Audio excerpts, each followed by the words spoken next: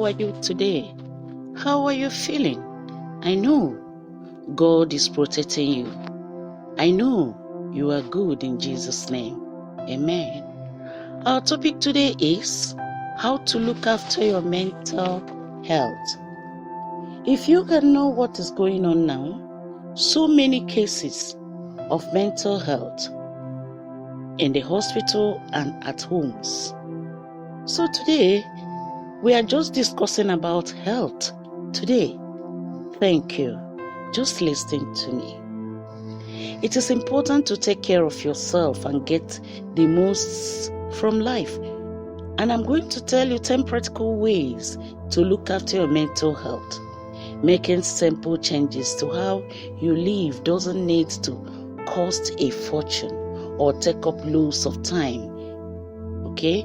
Anyone can follow this advice. Why not start today? Number 1 is talk about your feelings. Talking about your feelings can help you stay in good mental health and deal with times when you feel troubled. Number 2 is keep active.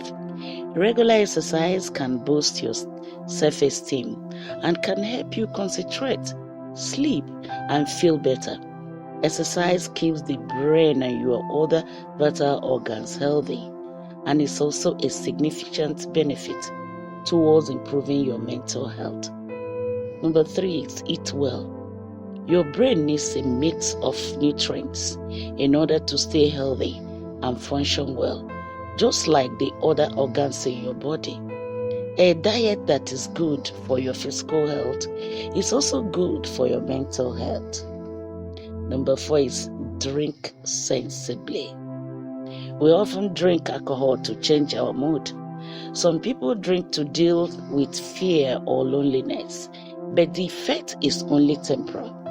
When the drink wears off, you feel worse because of the way the alcohol has affected your brain and the rest of your body.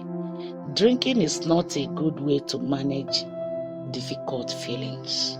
Number 5, keep in touch. There is nothing better than catching up with someone face to face, but that's not always possible.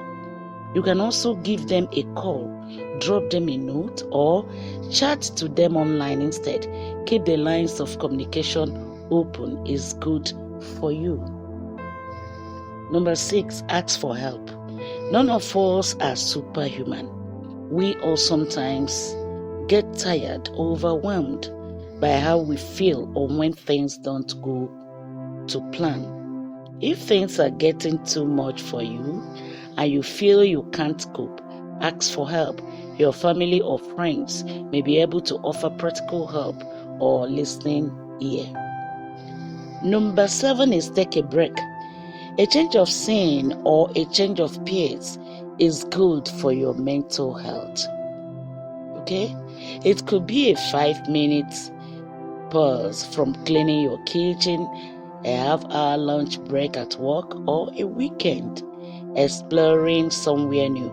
A few minutes can be enough to distress you. Give yourself some time. Number 8 is do something you are good at. What do you love doing? What activities can you lose yourself in? What do you love doing in the past? Enjoying yourself can help beat stress. Doing an activity you enjoy probably means you are good at it, and achieving something boosts your self-esteem. Number 9 is accept who you are. We are all different. It's much healthier than accept that you are unique than to wish you were more like someone else. Feeling good about yourself boosts your confidence to learn new skills, visit new places, and make new friends. Good self-esteem helps you cope when life takes a difficult turn. Number 10 here is friends are really important. We help each other whenever we can. So it's a two-way street, and supporting them lifts up. Read your Bible. Be a good listener. There's some people going through stress and they don't have anybody to talk to. Even if somebody is there, They don't listen. Please, listen to your family, listen to your friend, listen very well. Go to the hospital, talk to your doctor. Caring for others is often an important part of keeping up relationships with people close to you. It can even bring you closer together. Okay? So we can just help ourselves in doing good things. Provide love. Love one another.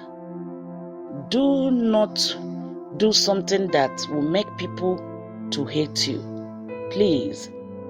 Mental health is everywhere. May the Lord bless you in Jesus' name. Amen.